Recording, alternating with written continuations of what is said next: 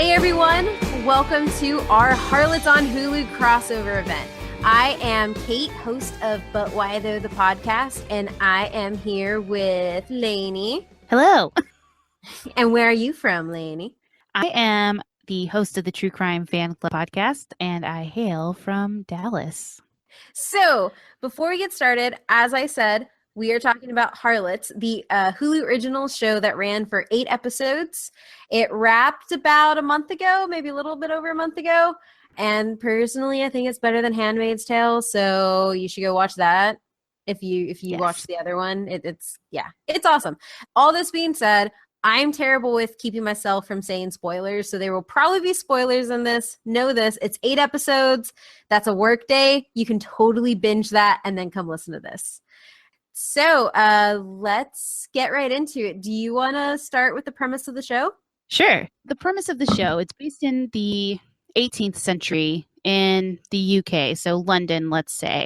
And it's about 2 homes. So Lydia Quigley has her home, her harlot home, I would say, or her bod house. Her boarding house, yeah. Yeah, her boarding house for women in need and men in need. And Margaret Wells has her own house as well. She's on the lower end of the totem pole. So Margaret is trying to elevate herself to the status and or above Lydia Quigley.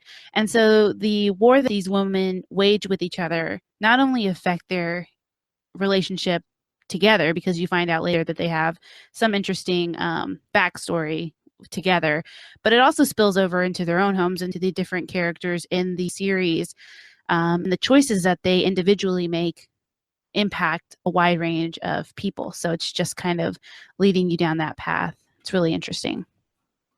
Yeah, I think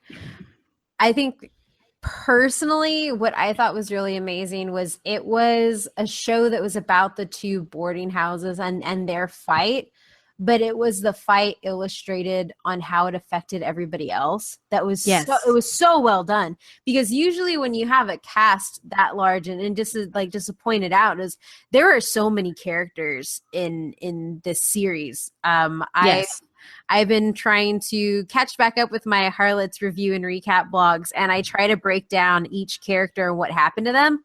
There's at least 6 main characters at any given time. And what this show really does is it pretty much highlights the fact that there is an interconnectedness and closeness between everyone, no matter how distant their relation is to each other. And it's really believable that is how it was in the 18th century. We didn't have social media, keeping us in contact with each other, but you had really big relationships that would form over families. It wasn't just one person. It was, okay, your mother did this, now you will do this. And that means that you're tied into the legacy of your mother, the legacy of your mother's house, and all the friends that she has around her. Yeah, that's 100%. I would agree with that. And I think the best thing about that is that each episode, even though it's part of a bigger story, is a mini episode in and of itself. Like, you could watch one episode and be like, wow, this is affecting this one person, or think it's about somebody completely different other than Margaret Wells. Exactly. And they did a great job. Yeah, and I was going to ask, I guess it's like a good way to bring in like one of my questions that I had, like when you first started watching the show, who did you think the protagonist was? I think Lucy, honestly, because I saw a lot of Margaret's focus on her, and it was about bringing her and elevating her to the status, because Lucy is the whole key to Margaret's success. And Lucy annoyed me right off the bat, but thank you. I was like, I mean, she's pretty, but she's also a very annoying person. Oh, she's a terrible person. Yes. And her little like eye twitch thing that she does where she squints her eye when she's about to cry drives me insane. But I think it was Lucy from, I think, beginning to end. Every choice that Margaret makes is because of her needing Lucy to step up and elevate her. Yeah, what about you?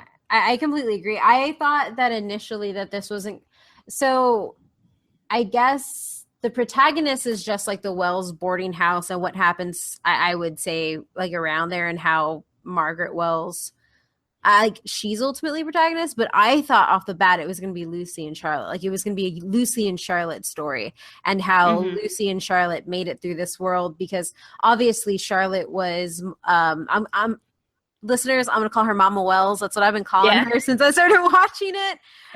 If you watch the show, you'll know why.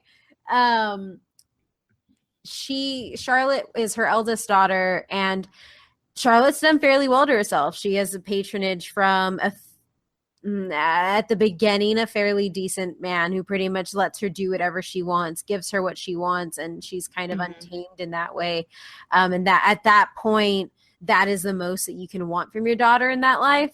But with Lucy, she sees it as a way to capitalize on and actually do more and bring more into the house and set Lucy up even in a greater way than she did for Charlotte. And so I thought that this was just going to be a sister's story. I feel like it changed from that really quickly, which I was very happy about. Yeah, I can see that for sure. I think you're right. I do think Lucy's choices affect everyone, and Margaret's reaction to them really shapes the story. But I think beyond that, Lucy is kind of just like an annoying background character. Like if she didn't have a big thing happen around her, she would kind of just fade into the background. And I don't even think that actress is particularly good, personally. Yeah. I don't think she carries that.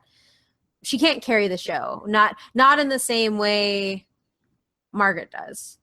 Yeah. So, or Charlotte even could. Or Charlotte. Yeah, no, that is definitely true. Or I'm just going to throw it out right now. I want to know more about Mags, which is she runs an even lower end boarding house. Yes. And she steals the scene whenever she's in it. Like she's a bod, and she wears pants. And like she's just like in complete control, and she knows how to hide bodies, and I'm just like, oh my god. Yes, she's a pirate bod. She just is. She's sexy as hell, and she's so awesome. She's in control, which I think a lot of women who are harlots and or bods aren't.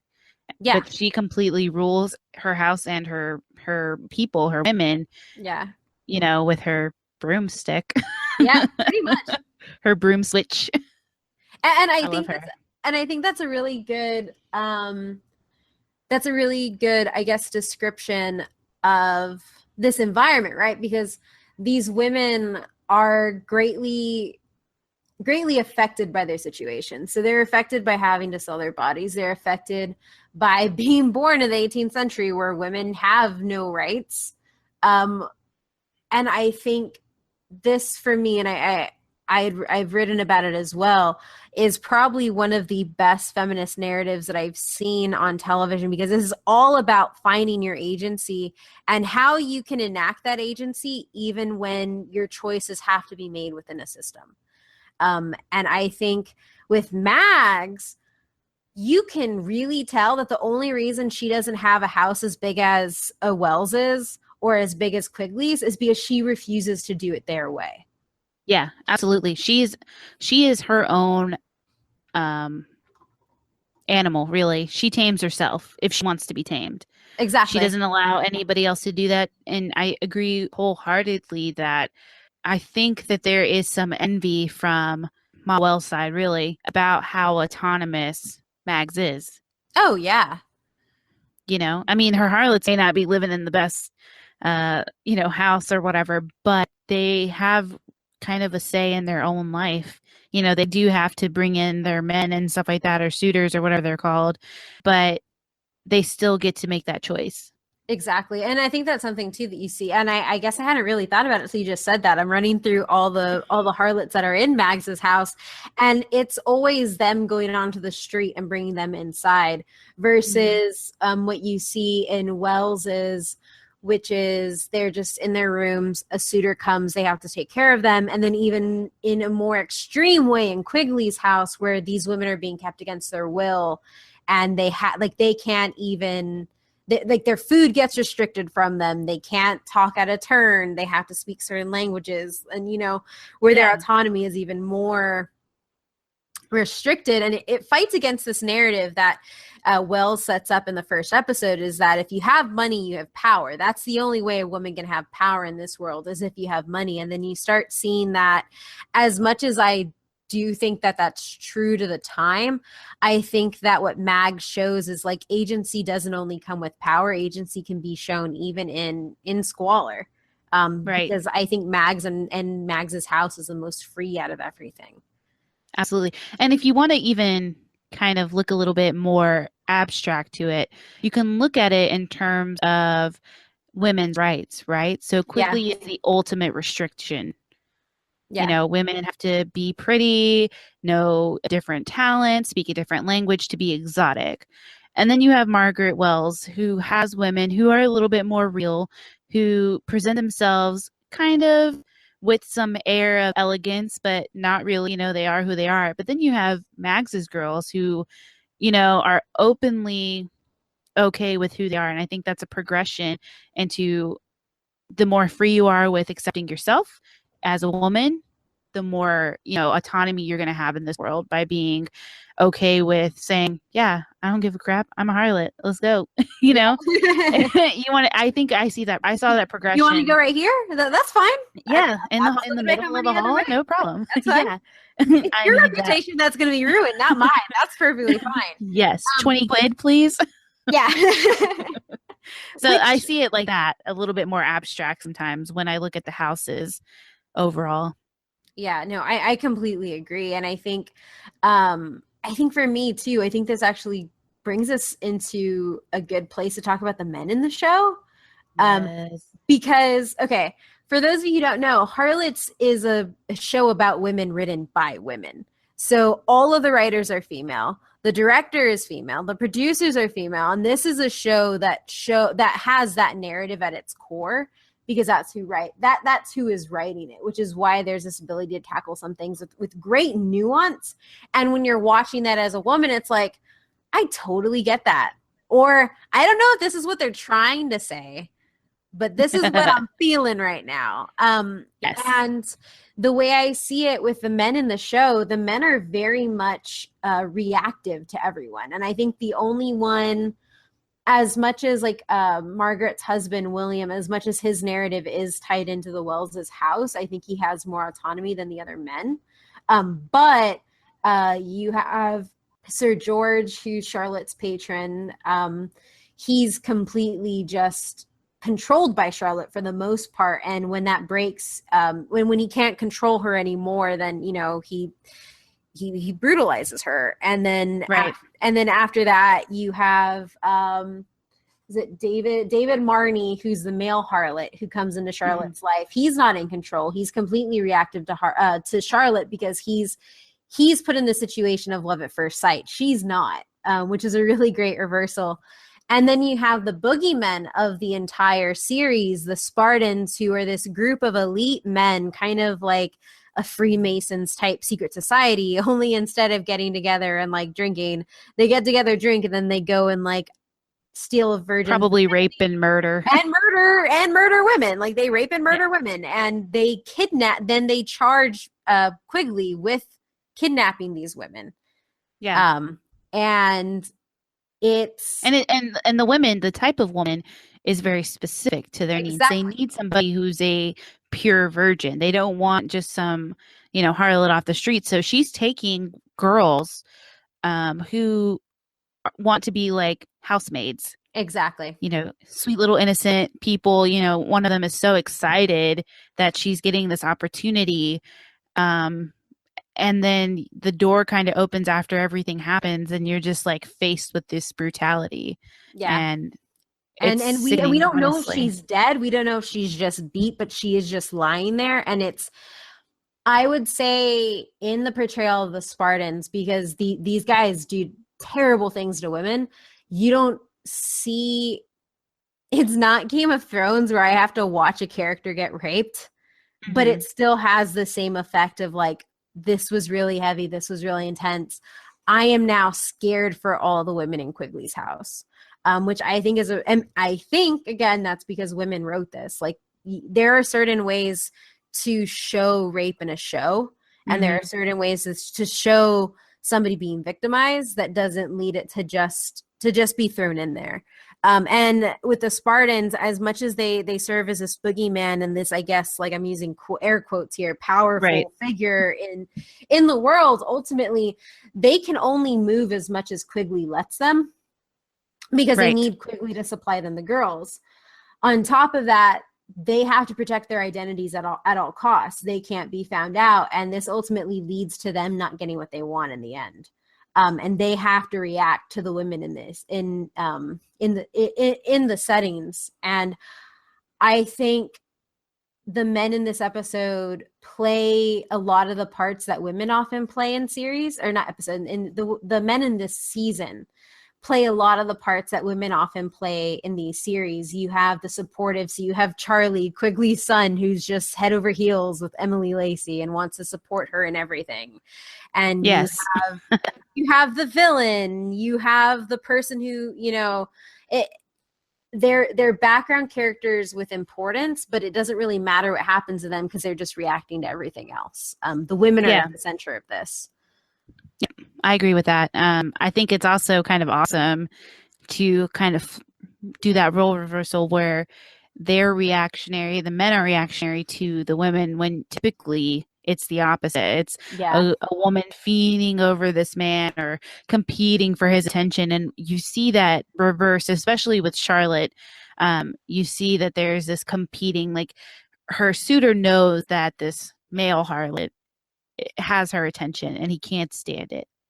And so somebody with so much wealth and aristocracy is competing with somebody who has nothing but charm. Yeah. That's it. And I think it's very enlightening because in most productions, women are put in those roles.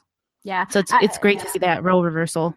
Yeah, no, completely. And I think that also points to the fact that the women in this world are calculating. And I don't say that in a bad way. Like, that's often used as something that's, I guess, derogatory towards women, but they're for the good term, they're logical. They're logical and they're calculating, and they're going to make choices that benefit them, and they're not going to react on their emotion.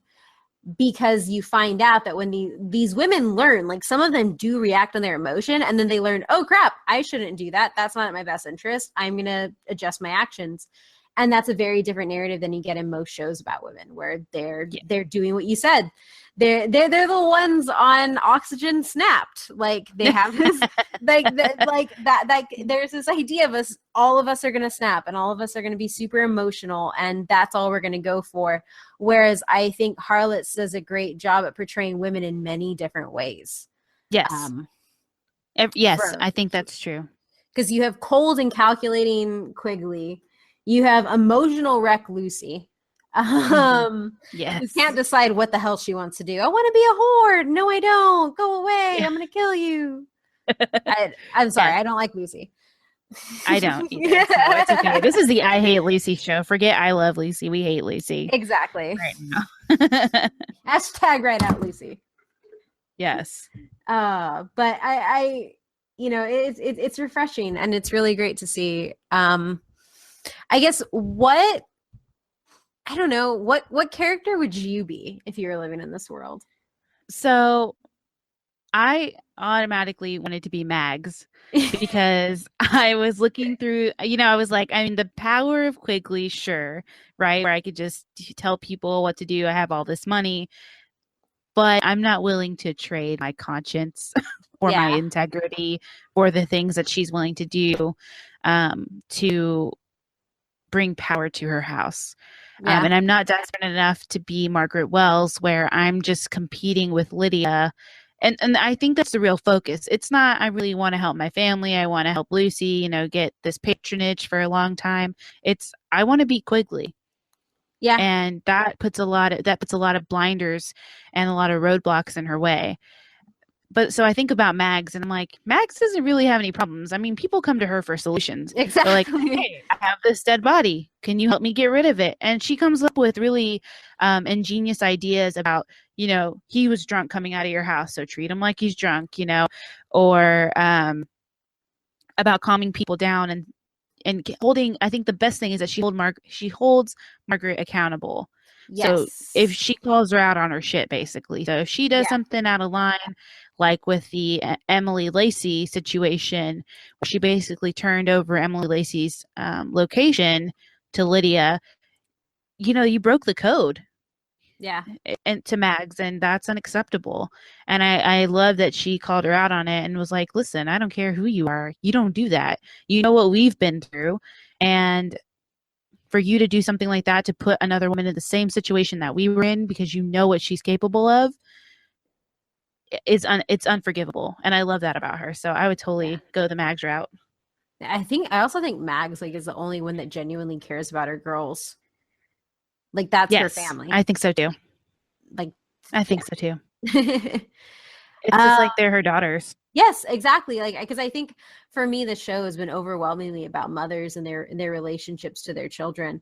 And I think for Hmm. Mags, it's very much these are all her children, and she's going to treat them all equally, and she's going to protect them. Like, even if you're a harlot from another house, she's still going to protect you because you are all her. She sees Yeah, herself. she sees herself in them too. Yes, And exactly. she knows how hard she worked to get where she was, to get out of the situation that she was in. Yeah. So I think personally, I want to say like so I would want to be Mags for all the reasons that you said. Uh because she's a badass bod. But I yes. think the one that I identify with the most is actually Harriet. Um Oh wow. Harriet is actually probably one of my favorite characters, and it's just because of her arc, because she goes from being a slave to being a mistress to being an all but wife, but Hmm. then he dies and she essentially has to forge her freedom papers, leave, and not only that, she realizes that she's selling her body, but it's not a negative experience for her. Like obviously when she first comes into it, she doesn't want to do it. She tells Wells, I will never do this. And Hmm. but then when she does it, she realizes that these people who have subjugated her entire life, in this moment when she's taking their money and providing them a service, she is in complete control for the first time. Right. She is the She's one who's the exotic. master. She's the one who's the master. She's the one who like, and she says it like this this is the first time I've had my own money. This is the first time I've had my own anything. And that to me is a really, really powerful statement. And for the fact that like she doesn't see money in this greedy way. For her, money is about achieving an end, and that end isn't just having a bigger house in Quigley or having a big house in general. It is getting her kids back. Like there's an importance that I see in Harriet that didn't have to be talked about in the show and was talked about. Like people skirt like whenever somebody does like a Victorian piece or a period piece or anything way Yeah. back when, they're like, we don't have to talk about race. We're just gonna not put any of them in there because Yeah, whatever, we'll make it it the was that G version time. of race. Exactly. And in this, And like, hits it right on the head with Nathaniel's son. I forgot his name now that I think about it. What his stupid name was. He doesn't deserve to have a name. he doesn't So deserve to have names. Harriet's married to a Nathaniel Lennox. He has a son from his previous wife, full blood, like Caucasian American male, because he was born in America. But Yep. Harriet also has two children through with Nathaniel. So these are half siblings of Nathaniel's older son. We'll call him son Lennox, Yeah, son Lennox. Lennox Jr. Um, okay, his name's Benjamin. That's it. Ben. So, Oh, okay. okay. I think I just didn't like him so much Benjamin. that I I hate him didn't so think about much. it. Yes. So, okay. So Nathaniel and Harriet are married, kind of. Um, There is married as an interracial couple can be married in right. In that time period. exactly as is Margaret and William. Yes. So, and I think that's also awesome because I was really shocked that they had an intimate relationship. When I first saw Margaret and William like come together and kiss and stuff, I was like, holy shit. Yeah. Like they're really doing this, like the interracial thing. I love it. And then you pull up with Harriet and Nathaniel and you're like, oh my God, you're doing it again. This is awesome. Yeah. Because this happened. And, there were some people that actually developed and cultivated relationships with another person of another race. It happened. And it happened behind closed doors. Margaret was rather proud of it. And I think Yeah. Nathaniel was too. So Nathaniel has a son, an older son named Benjamin through his first marriage. Benjamin is from America. He was born in America, but he comes over, and his father ends up falling ill and he passes away. So he takes over the ownership of basically everything Nathaniel had is left to Benjamin. That includes his two step siblings. Because they're And property. yes, he doesn't see them as people. And I think that the show creators did a wonderful job of making Benjamin so disgusting, because he had absolutely no qualms about calling William, nasty names or saying nasty things about his own blood, and even about Harriet. He had absolutely no qualms about that. And I think that kind of put it in the viewer's face to say, this happened. This is the ugly side of racism. It didn't just happen to pop up in America all of a sudden when we got slaves. This was going on. Yeah. And also, like, this wasn't even just like, we see it as well, most of us see it as, good people see it as disgusting now, but it was normalized then. That was just what it was. And it wasn't even like Harriet could go take him to court or something to get his children, because those weren't her children legally. They were property. Right. People were not people at this time. And they addressed it really well. And then I think what they also did was William, who's Margaret's husband, was not a slave. He was born free. And so you get an entirely different perspective on the world from him. Whereas Harriet is very quick to, when she's in the bedroom, she's in control. But when she's in the street, she knows, they don't want to, she knows her place. She knows her place. Like as a Black woman walking these streets, she knows her place. She knows that she cannot say something back to Benjamin Lennox. She knows when to bite her tongue. She knows not to say these. And because William has always been free, it's not that he doesn't know not to say these things, it's that he knows that he has the same status as these people telling him these things, and he's not going to budge. So I think the fact that they investigated this, and they didn't do it in a lot of episodes, but I think when they did it, it was really, really important, because Harriet pretty much got 2 whole episodes. That last episode, like, William really shone through. And I think on top of that, just to like put like a really nice pin on it, is I thought the best thing about this was that William and Margaret have a son together. And then she obviously has Lucy and Charlotte from her flesh peddling days. And it's very clear that after William came into her life, she never did that again. But the girls, Charlotte and Lucy, both call William Pa. And they, and Margaret refers to him as, go get your pa, or, they're a family. Like, no matter what anybody says, they're a family. And like, I think my favorite scene with Lucy in it is actually after, spoiler, I told you to go watch these episodes before you listen to this. When George dies, when the big climactic event happens and she stabs Sir George, it's not Margaret who comforts her. It's William. Yeah. And it's a very real comfort. And it's like something I feel like my dad would have done to me if I had, murdered my John. Somebody. But we would all, I don't have a dad, so I don't know. I was born to a real harlot. I'm just kidding. My mom's going to like murder me if she hears that. No, but I think that's accurate. And again, I think that's just such a great thing, because these relationships had to happen behind closed doors. It didn't matter that William was free or not. There were still laws, but the fact that they were able to cultivate that relationship enough to where he was the only father they knew, and despite his race or despite his status within society, he was it for both of those girls. Exactly. And they had no problem embracing it. I mean, because like, this is happening in the late 1700s. Just to put this in perspective, interracial marriage has only been legal for 50 years in the States. Yes. I tune into these things really well because of my own relationship, but I think it's really important, because we don't have a lot of representations like this, and we don't have a lot of representations that call into the fact that like Margaret isn't aware of half the things that she wants William to do. Like William can't do because of what he looks like. Like Yeah. when he's escorting the carriage from their old boarding house to Greek Street, she's like, "Why didn't you take care of it?" He's like, "What did you want me to do? Did you want me to assault the 4 white men that were right in front of us blocking our way, Margaret?" Yeah. Like Get they would real. hate me. Yeah, Like, exactly. if Exactly. and but at the same time she doesn't understand it, but it's not done in like, oh, Margaret's bad for not knowing this. It's like, okay, no, let's watch how Margaret and William navigate this space between them, which is really good because a lot of the times like those little spaces don't get talked about and Right. don't get explained.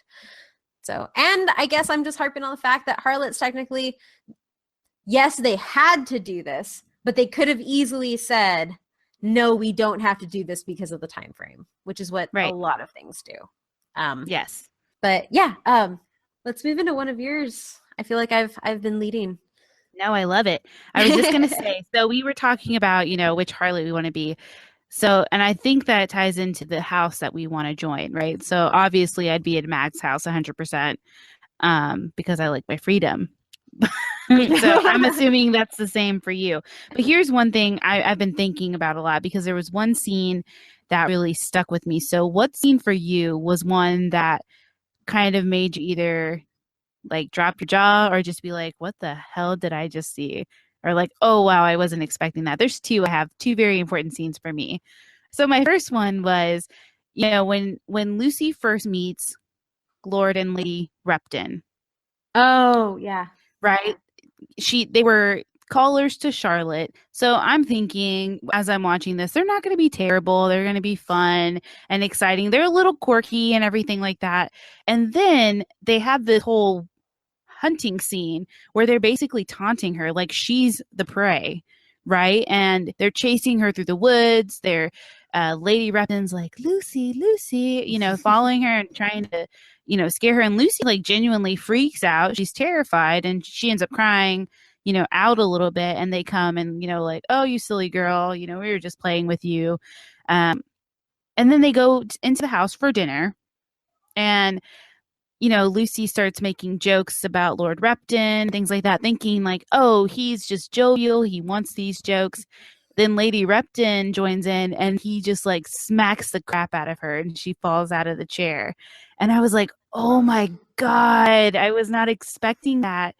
And you could see in Lady Repton's face, the actress who played her, she did such a great job of displaying the embarrassment and the shame that went with that, with being hit in public in front of a guest, or another woman, but also kind of like kicking herself in the ass for even going that far, because if anything, she knows her husband, so she knows what he will tolerate and what he won't.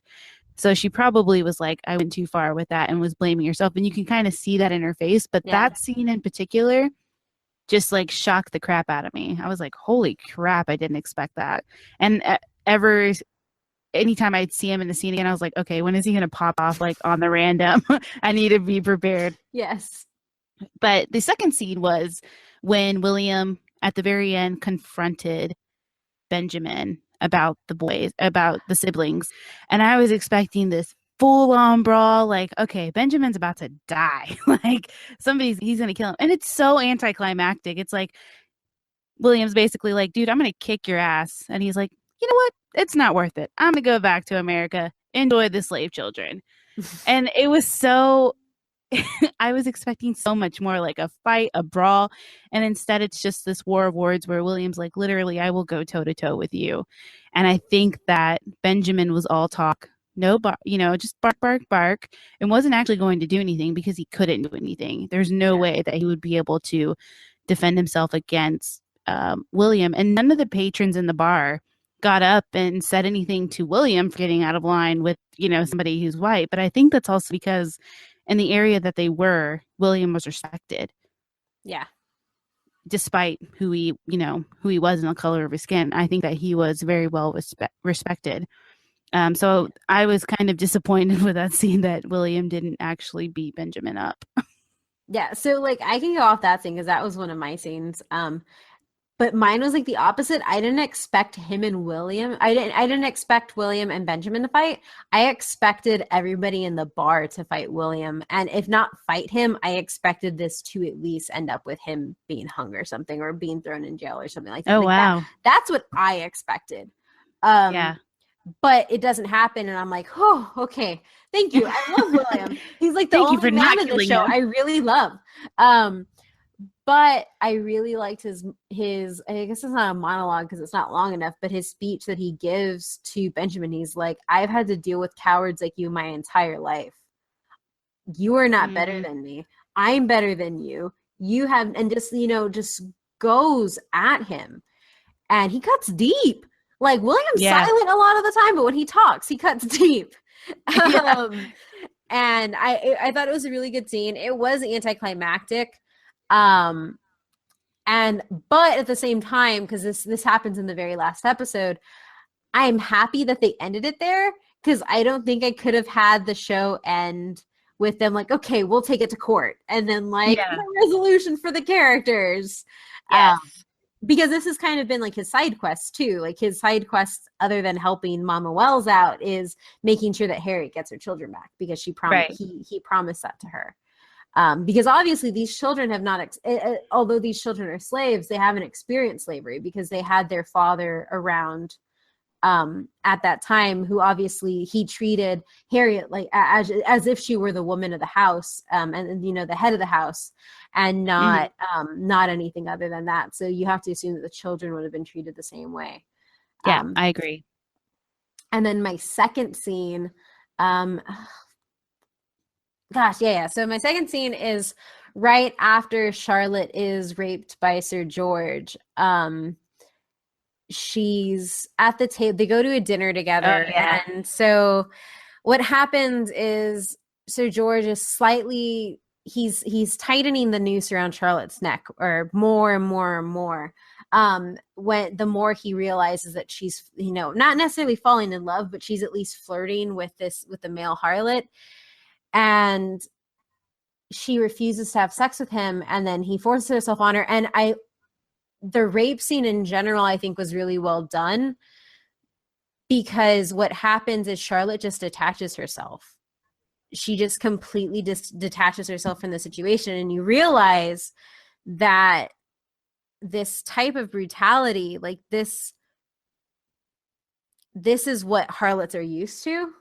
This is what Hmm. harlots are taught to bear, and this is what they do. Now the difference with Charlotte is when they go to a dinner right afterwards. He puts her in a brand new dress and they're talking at the table, and Charlotte Wells is known throughout London, or whatever part of England this is, Wherever they are. whatever part of the empire this is.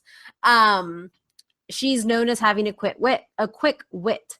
She's known as always having a joke, always pretty much emasculating Sir George. Like that is what she does. Right. And that's something that everybody finds entertaining. And so the men at the table, and even the women at the table, started asking, where's the quick wit? Where's this? Where's that? And Sir George is just like, well, I've tamed the shrew. I've done this. I've quieted her. And then Charlotte just goes off. Like she loses it and she puts him in his place, and she stands up and she's just like, why don't you tell them how you tamed me?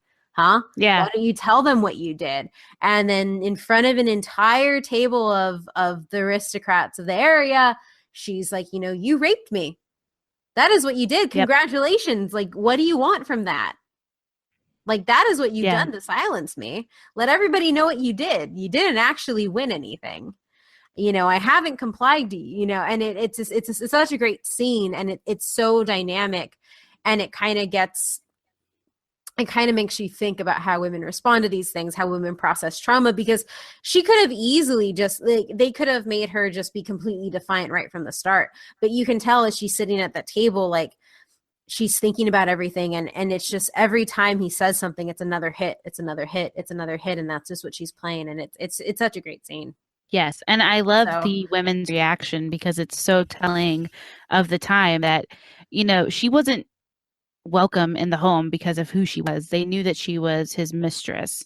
They were Exactly. expecting his wife, and they're all embarrassed that she's there in the first place. But then when she makes that scene, the women are just, pushing their food around, looking down, and then the wife of the The house that they're hostess. in, Yeah. yeah, the hostess, is basically like, well, let's move to the smoking room. Yeah. And just like cuts it off, and cuts off that dialogue at the end where you're expecting this tension filled moment either for George to react, and he doesn't. He just sits there and he's, trembling with fear because he's so angry and embarrassed and stuff. And then she ends up leaving, but then he's confronted by, his other friends, and they're like, what were you thinking? Why would you do something like that? Which to me expressed a little bit of humanity in those men, because yes, they may have mistresses, but they found the way that George treated Charlotte to be inexcusable, Yeah. which I think was awesome.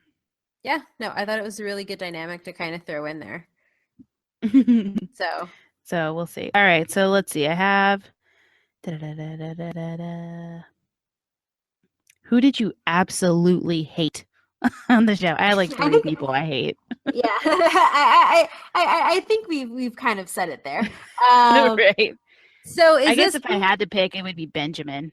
Okay, I yeah, just couldn't that's stand him at all. He made me so mad because he was yes. so mean. Yeah, so that's what I was gonna ask is like who did we hate as like okay.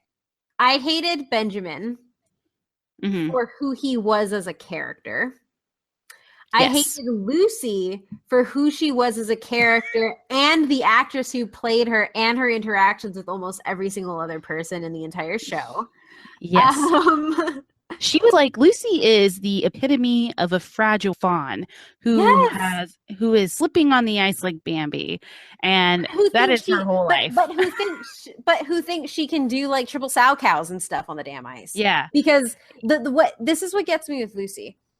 What gets me with Lucy, and the reason I don't like her, is initially you open up and when you first learn of Lucy, she's reading this book with the description of all the harlots, and she's going to be the best harlot there is, and she's going to do everything just so well. And then she has a very long series of bad experiences, so I get it. Like, Yes. it's She's not for you. traumatized. Yes. Whoring is not for you. Don't sell your No. body. You don't, I guess technically she has to because of their situation. But what happens is she doesn't stop that type of rhetoric. Like if it had just been, I think I'm big shit. Oh no, I can't do this. I'm fully going to embrace that I can't do this. Hmm. It's, I think I'm great. Oh my God, I can't do this. I'm still going to tell everybody else I'm great. I'm still going to belittle all the other women in the house. Oh Hmm. my God, I still can't do this. And now I'm just going to make everything worse for everybody. And Yeah. that's my problem is that like she doesn't actually have a character shift. Like she just kind of flops between these different personalities. And I personally like it bugs me that she doesn't respect the other harlots in the house. Yeah. Like She that talks down really to them gets like me. she's the most experienced one. And I'm like, you are nowhere near their caliber of not even, I mean, just being a harlot in general. She doesn't have it in her because of course she goes through some pretty traumatic experiences in terms of Lord Repton, beating her basically and abusing her and raping her essentially. And then she's with Sir George, who essentially, tries to do the same thing. And then Creepy what's ass the other Lord guy? Fallon. Yes. Oh my God. He's so, and I hate his stupid face, his stupid powdery white wig wearing face. And he's like shoving pomegranate seeds down her throat and things like that. And I'm just like, but my biggest frustration with her is that she didn't say something to Margaret. She had been so open with her before. She had said, things that would come naturally to a mother and daughter relationship. But at some point, and I didn't catch the shift of when their relationship shifted to where she wasn't comfortable telling her. Because I'm like, listen, you told Charlotte. Why didn't somebody who knew that this happened to her tell her? Like, I would have asked her. She came back acting, so secluded and introverted. And that's not really how she was.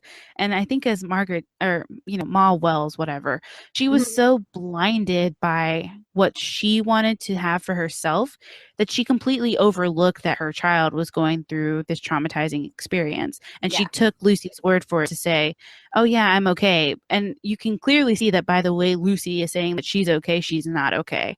And I think exactly. that's very telling for how selfish Margaret Wells is.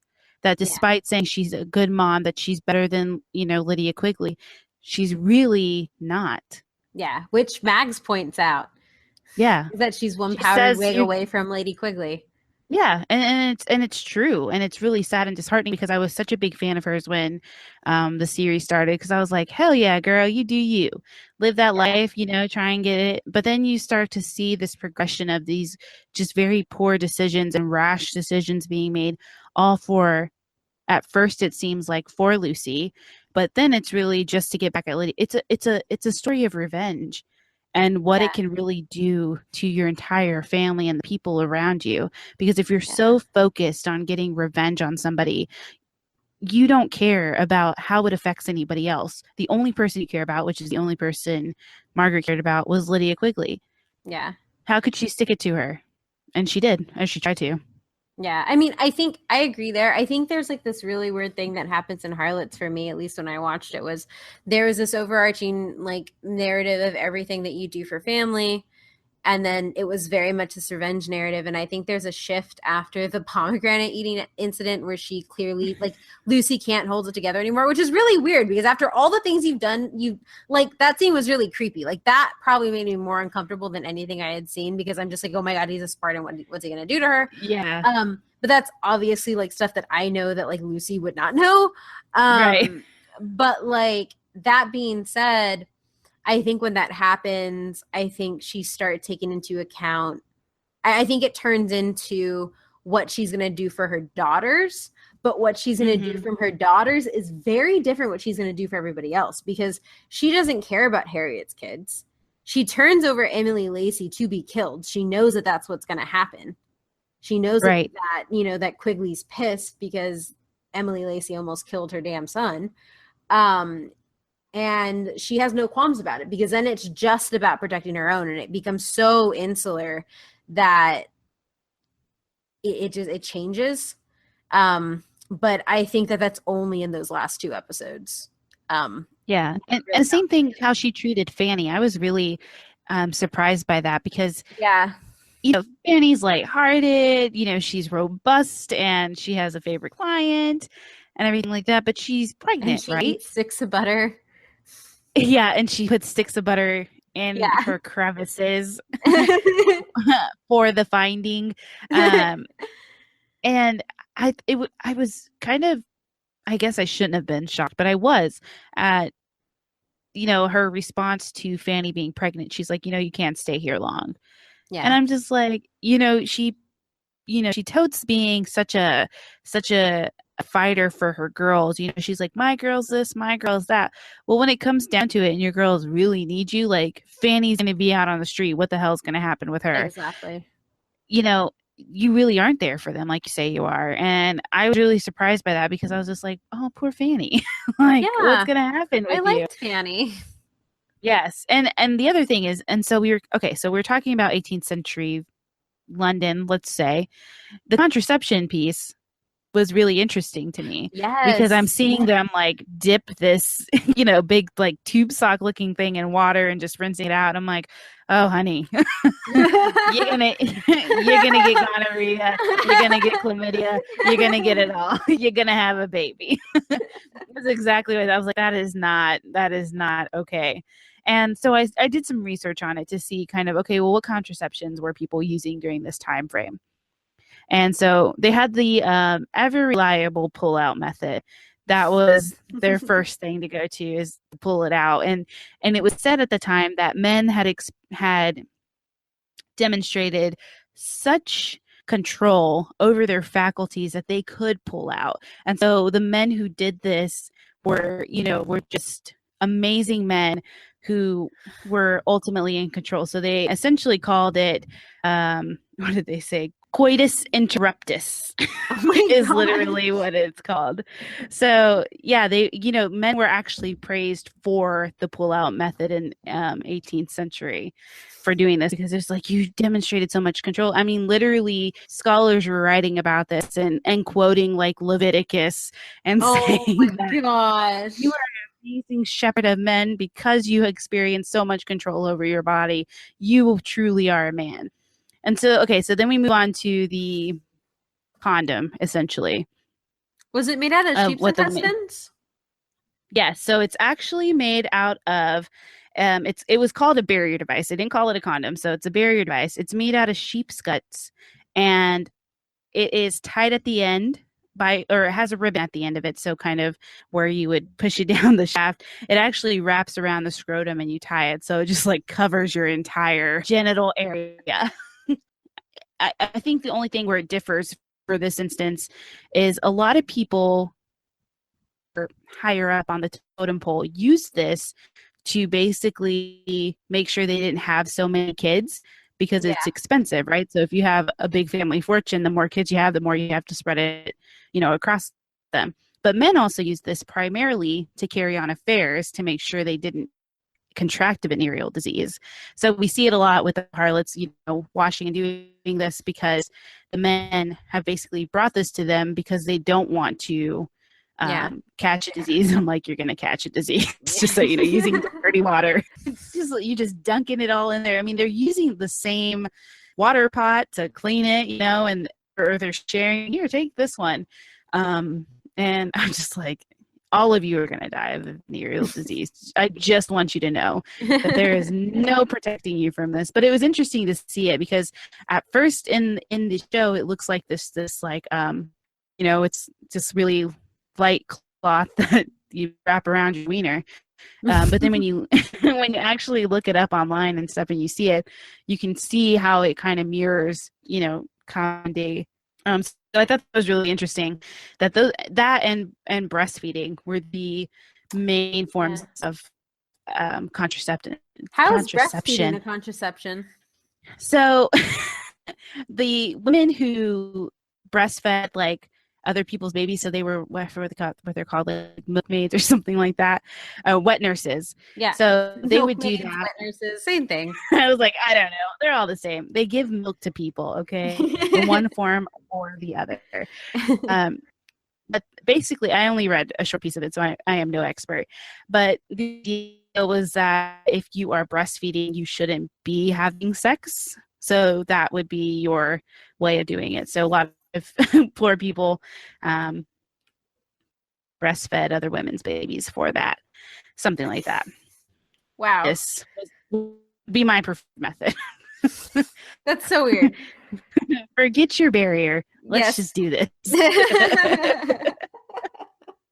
I don't know. But yeah, I wanted to talk about Fanny too, because I was really, she just popped up in my head and I was like, damn, I was real sad about her.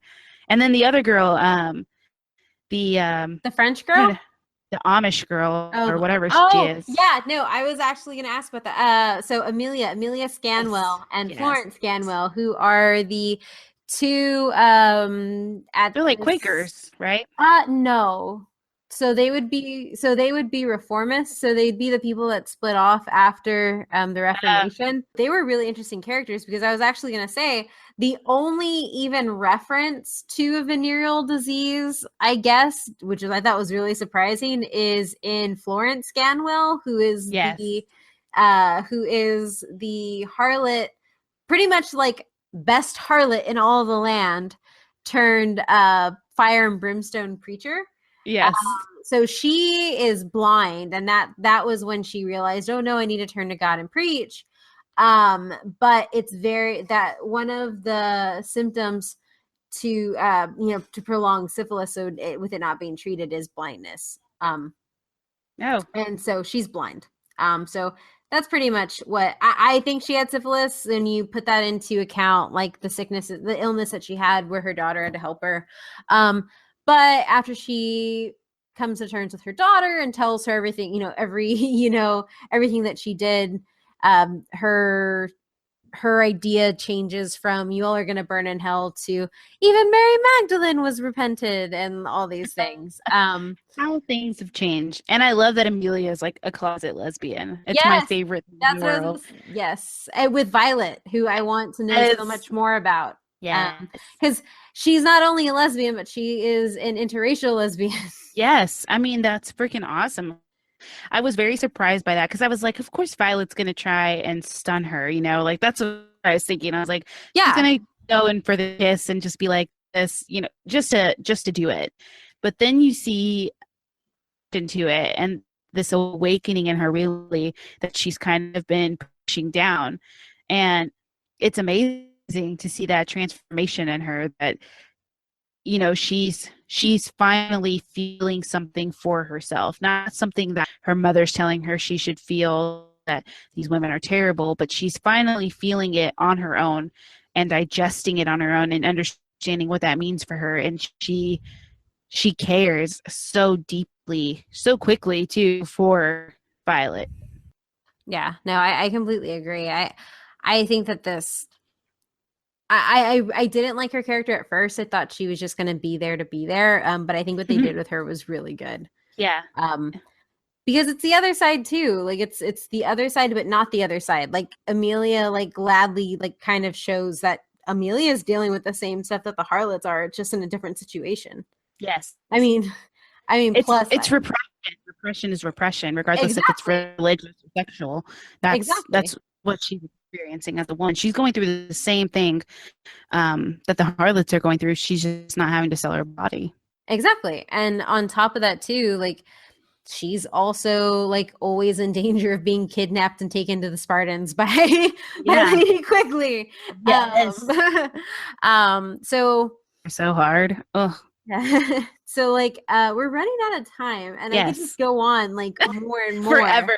I I know, know. like I just want to get into every little detail. Harlots part 2.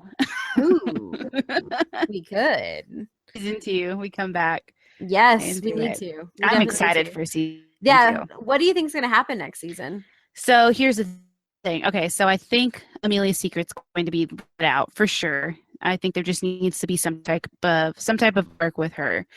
Um, there's going to be ramifications for death Yeah. because even though there technically wasn't, everybody's like, oh no, she's fine.